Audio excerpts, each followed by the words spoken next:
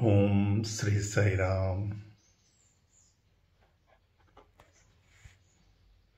Krishna Krishna Govinda Krishna Gopala Bala Krishna. Krishna Krishna Govinda Krishna Gopala Bala Krishna. Nanda Nandana Bhakta Chandana Ganalola Krishna.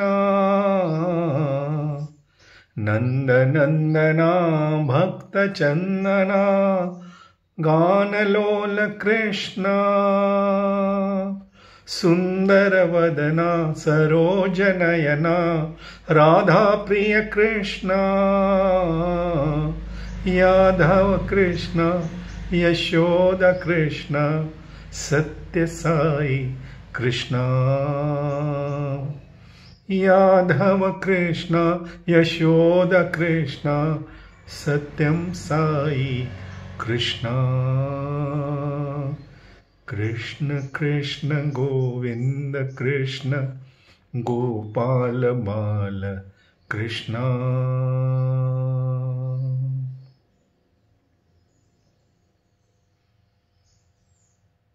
Om Sri Sai Ram.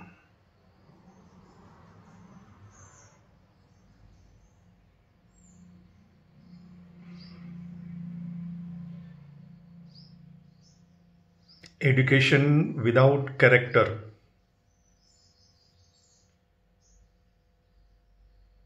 is not only useless but positively dangerous.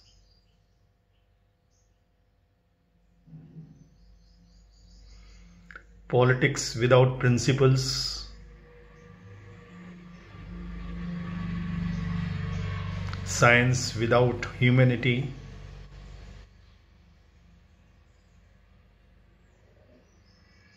they too are not only useless but positively dangerous to the society, to the human society.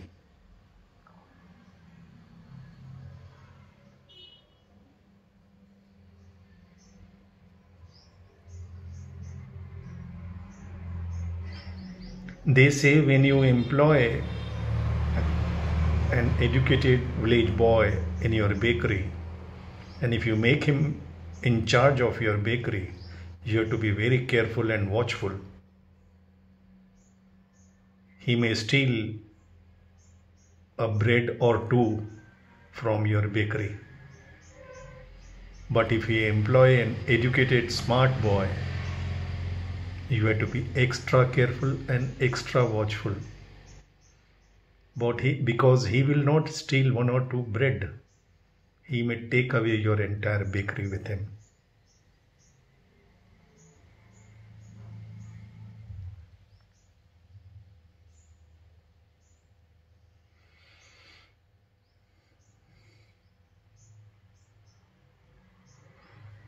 Today's education has made us more smart, well-informed, even well-trained, and they market today's education as empowerment, that it is a political slogan, it is a social slogan, and to some extent it is true. Education empowers. There is no doubt on that. Nobody should have any misgivings on this issue. Education does empower. But what kind of education? That is very important.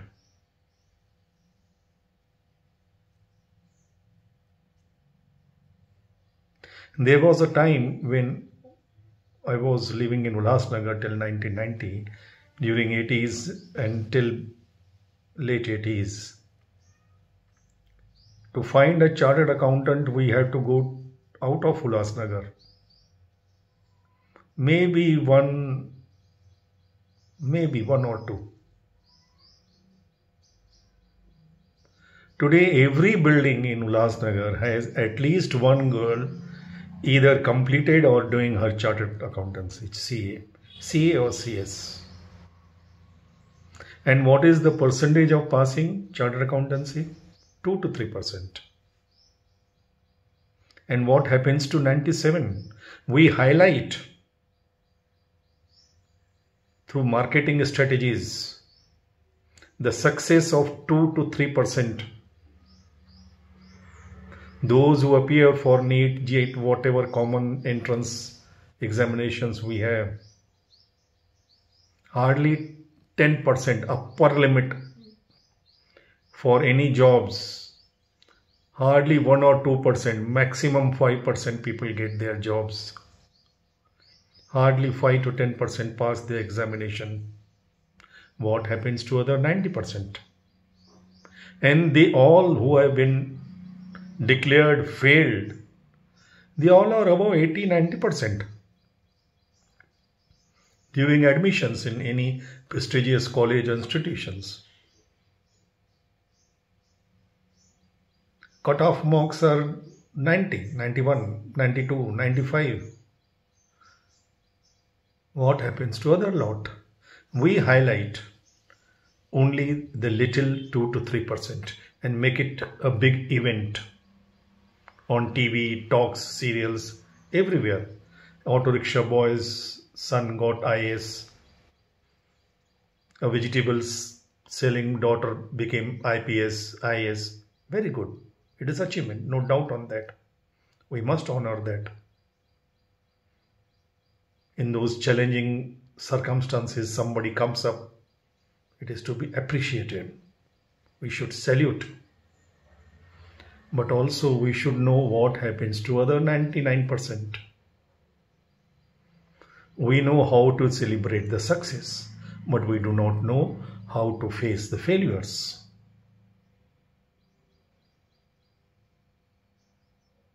That is why there are so many suicides, depressions. If you see the data, official data, most of the youth are today into some degree, they are in condition of depression. Because they do not know how to face failure.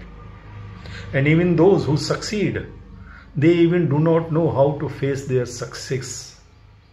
They go mad, they do all arrogant. Most of them. They lose their balance. They do not know failure, we do not know how to face. Success, we do not know how to digest.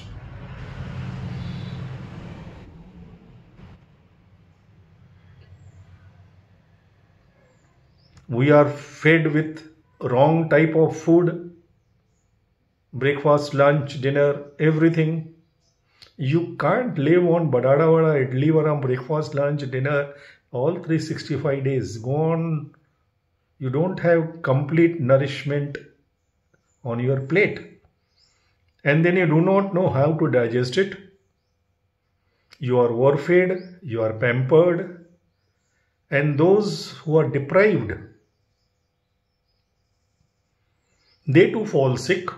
Both are given medicines.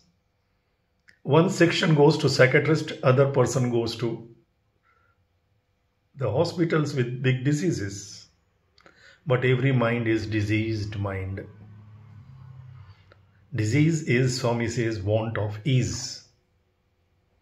We have lost the balance.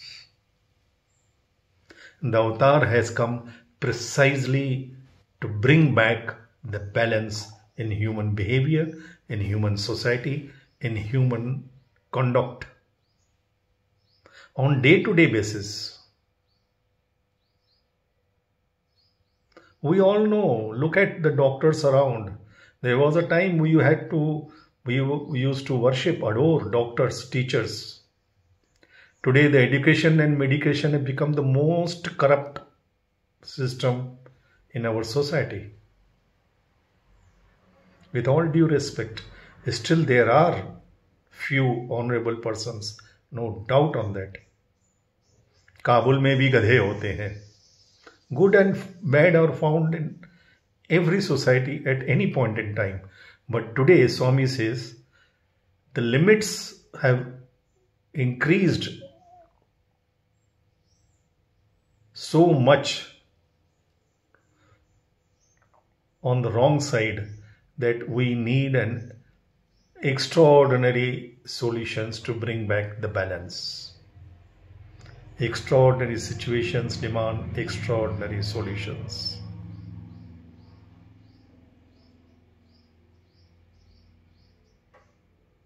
The trust is lost.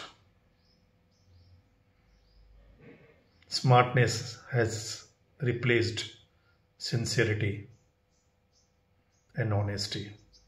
Even parents, they tell their children, I have heard myself, don't try to be extra honest. You have to be little smart. And that sends the message. Recently, about 1.5 years before this corona, I was in Ulhasnagar. I went to a shop to look for a small digital TV. So I went to a known Sai devotee's shop. His young son was there, about 16, 17. He was so clever in convincing me. He used all the tricks of the trade, the beautiful, sweet language, the information that he had about each and every product. He was a perfect salesman. But I could smell that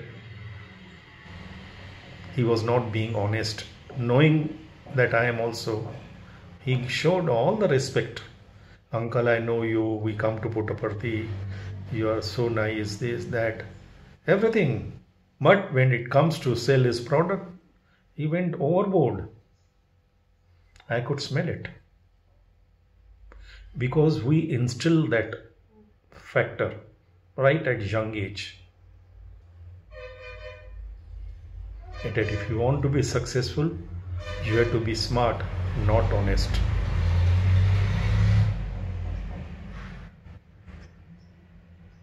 And we expect all these virtues from others, honesty, sincerity.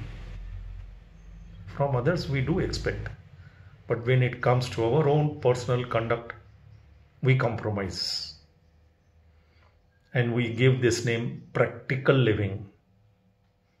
Manchide. Very good. But let us see the results.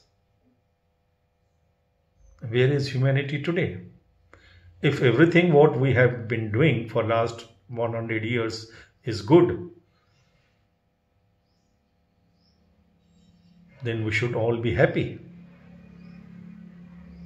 Yes, we have created big infrastructures, big buildings, hi-fi technical gadgets, technologies. Yes, must appreciate. Great, no doubt on that. We can't undermine that. But at what cost? Because we have lost the balance. Either we go too much on this side or we go too much on other side.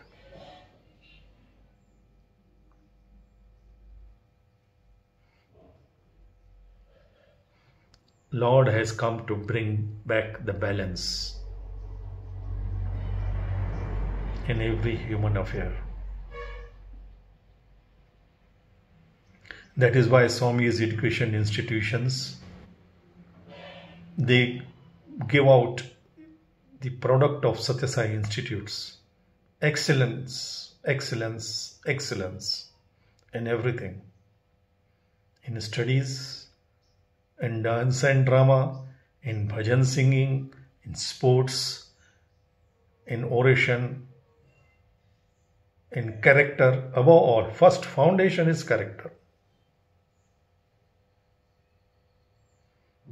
Personal character and professional ethics.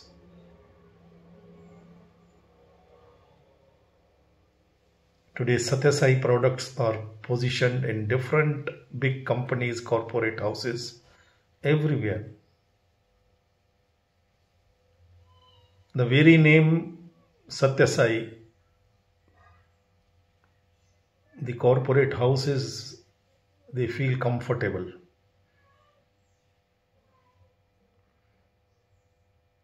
They dare not do any mischief, knowingly at least.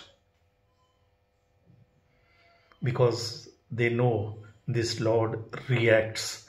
He is not only our watchman, but also our catchman.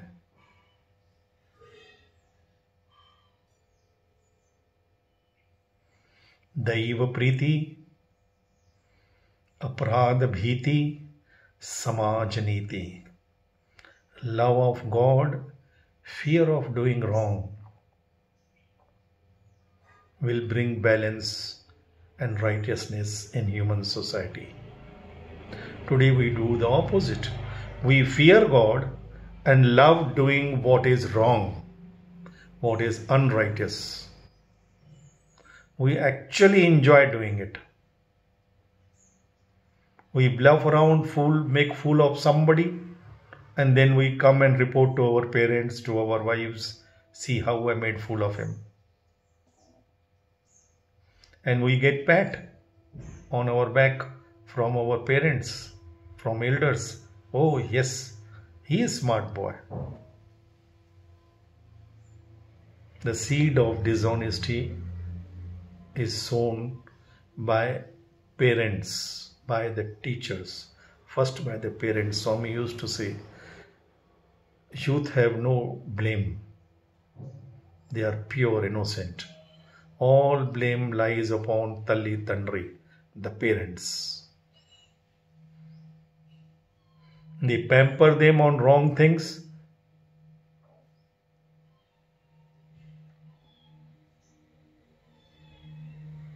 And they praise them for wrong things. Both pampering and praising is on wrong achievements, on wrong ways.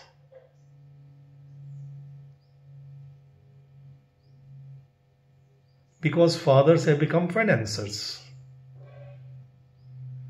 And mothers are living like models.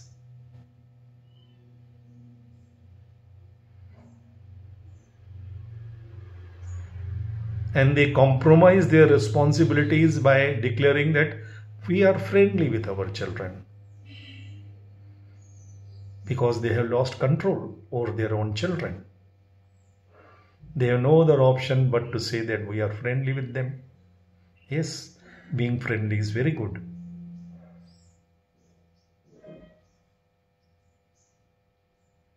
But you should have that Maryada, the Lakshman Rekha, the boundary lines, that you can do only when you set a right example in front of your children. We should become role model for our children. Are we?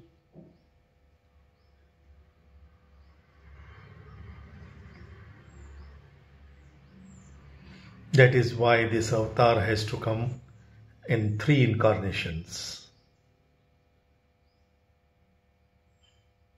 He has to put that seed. Then he has to water it and manure it. And then he has to come to take harvest out of it.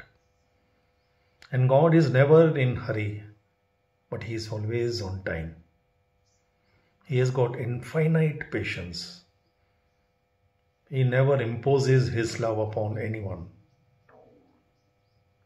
Lovers never do that. Lovers never impose themselves upon their beloveds.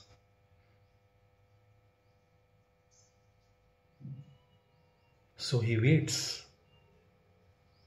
And that waiting is not denying, nor even delaying.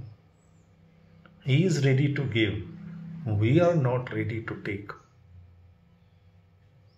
That is why he often says, wait, wait, wait.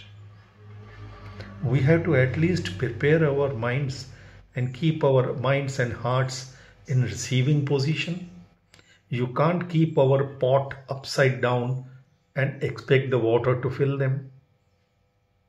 At least this much we can do to keep our vessels neat and clean, in proper position of receiving His grace, His love, His power. Yes, He wants us to share His everything. like a benevolent father, but he is not that kind of father to give you the keys when you are not eligible to drive the car. He will say, it is your car. I bought it for you.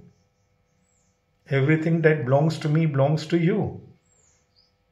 But you have to grow and be mature enough and eligible enough to actually own it, to actually use it.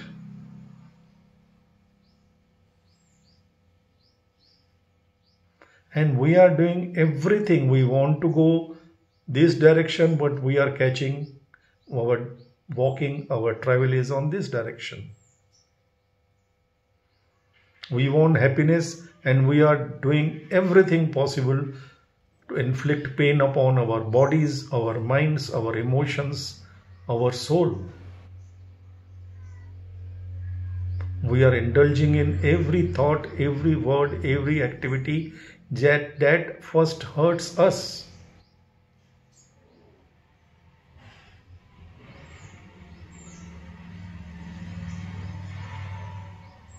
We all have become angry young men. The greatest foolishness, they say, is to get angry upon any person, because when we get angry on that person, first we are burning our own emotions, our own blood to get angry.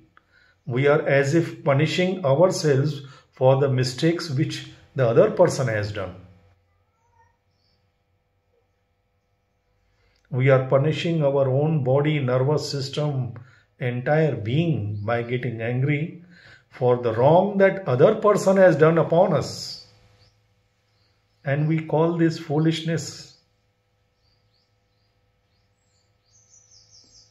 a sign of our progressive life.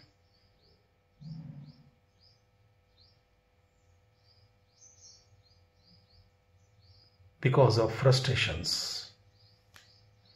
When only 2 or 3% people can pass their examination out of all the competitive tests, when hardly 3 to 5% or even less as on today get their jobs of their choice and their so-called eligibilities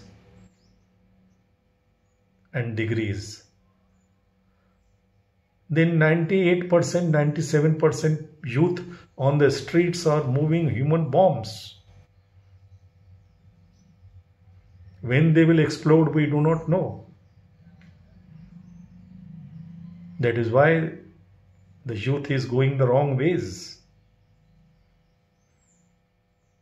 But we are busy marketing our systems. We have commercialized everything so that more and more students they have no option. We don't give them options.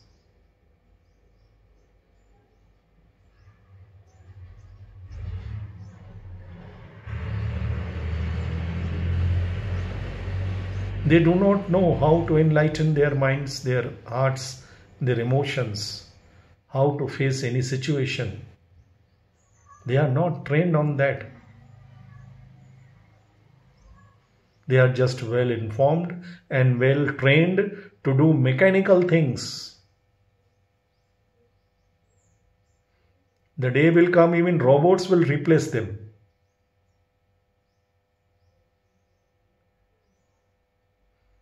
Because even the big corporate houses have lost trust in the youth.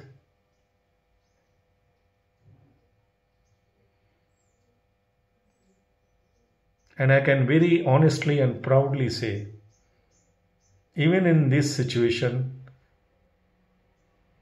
all without exception Satya Sai students, they shine like light in this darkness. The product of Satya Sai institutions. They have great responsibilities as well. Not to falter, not to get tempted by wrong signals.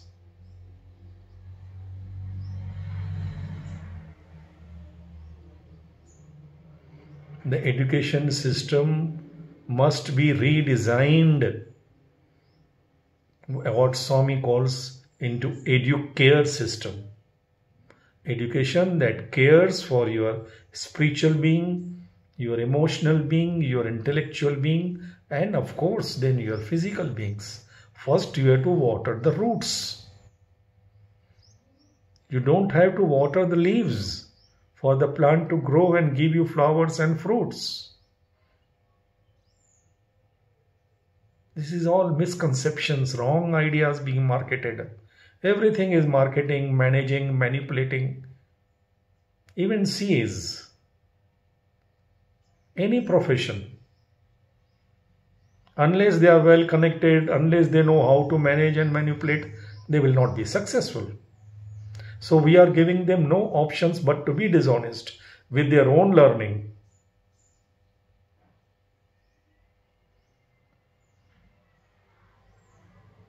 So where would the society go? Human society consists of humans, and human without human values is unacceptable, unthinkable.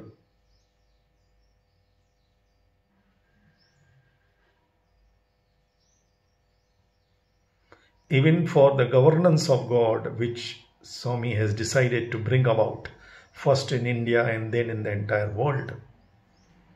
He said governance of God is not governance of Rama, Krishna, Allah, Jesus Christ, Buddha. No. God is truth, goodness and beauty. You have to bring truth, goodness and beauty in the governance of this country.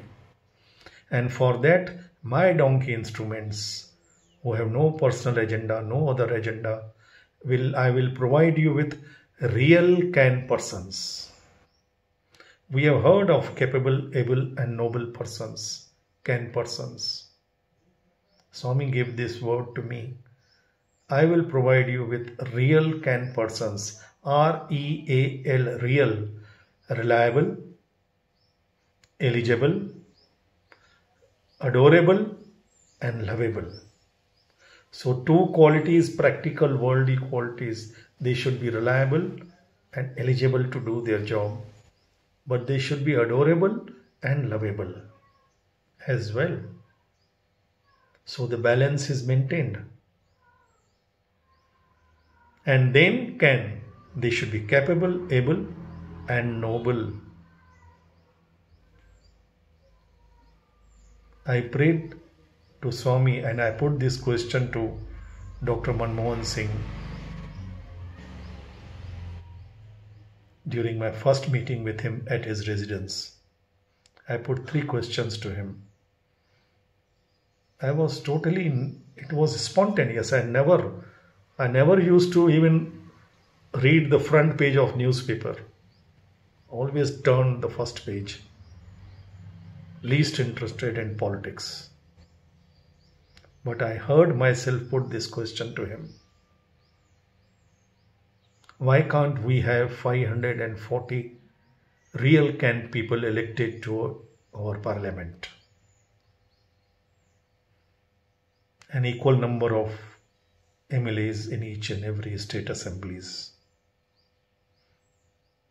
My dear friend, my brother, Brigadier Rajneesh Talwar, he told me once, we discuss everything related to Swami and nation and spirituality.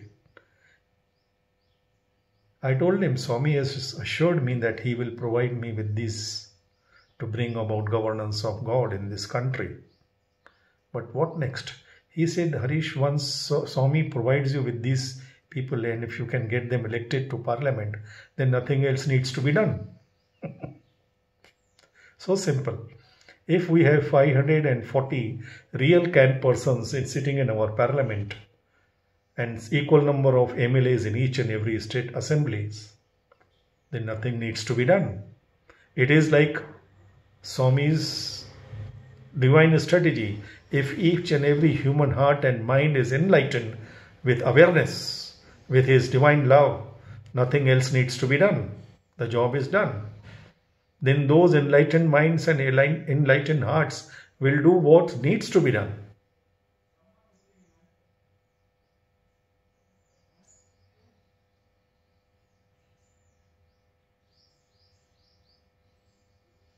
And that can be done only when the avatar uplifts our human minds to the next level of awareness.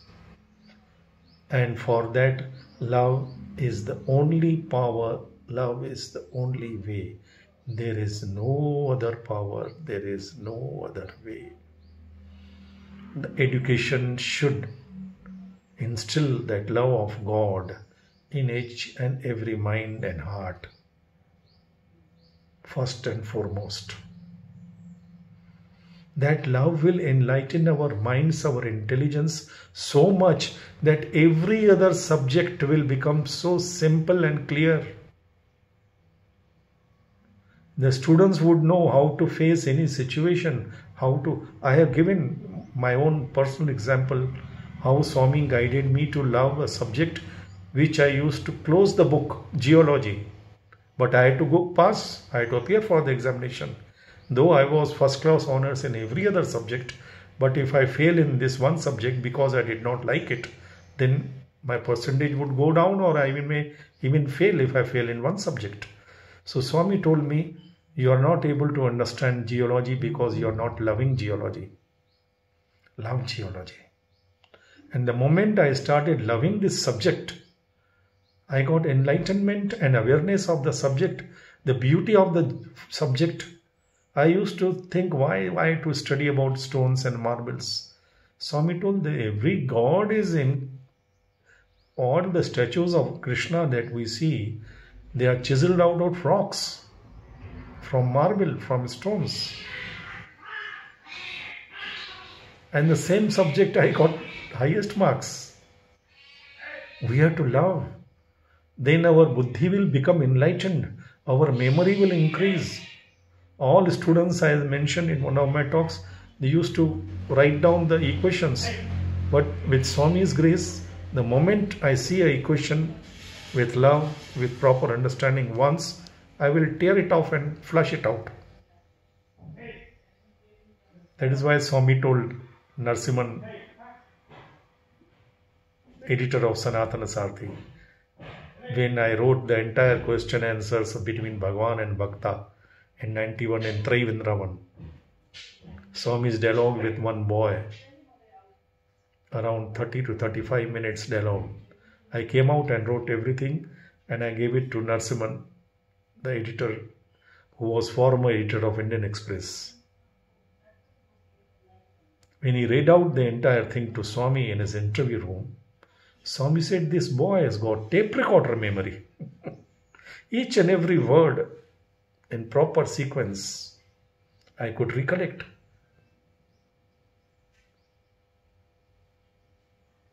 Because once you have love in your heart, your minds are enlightened.